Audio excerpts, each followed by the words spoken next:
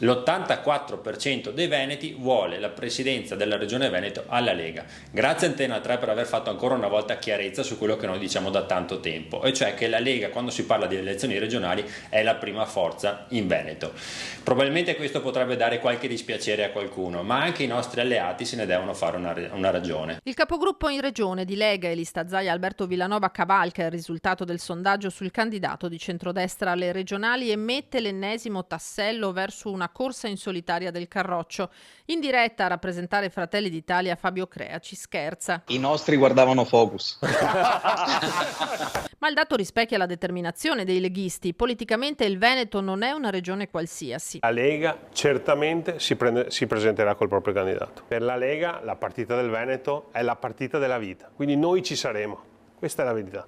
Dopodiché Fratelli d'Italia condividerà un programma e un candidato, bene, non lo condividerà, secondo me può esserci anche margine per una partita con due candidati diversi, perché la Lega il suo candidato lo presenta sicuro. Su un'eventuale lista Zaia Conte preferisce non inoltrarsi, ma il tema è scontato. Noi quando ragioniamo del Veneto non possiamo non tener conto che abbiamo tra i nostri militanti un militante che si chiama Luca Zaia, che è il presidente di regione più amato d'Italia, che ha sempre stravinto e fa parte della nostra squadra e non lo mettiamo in campo. Ospite a Focus TG un altro leghista verace, Roberto Marcato, va anche oltre. Io ho questo sogno, questa visione, questa speranza, che è questo tridente d'attacco fatto da lista Lega, lista Zaia con capolista Zaia, lista amministratori con capolista un sindaco o una sindaca importanti, ovviamente tutte e tre a matrice autonomista, un bel candidato o una bella candidata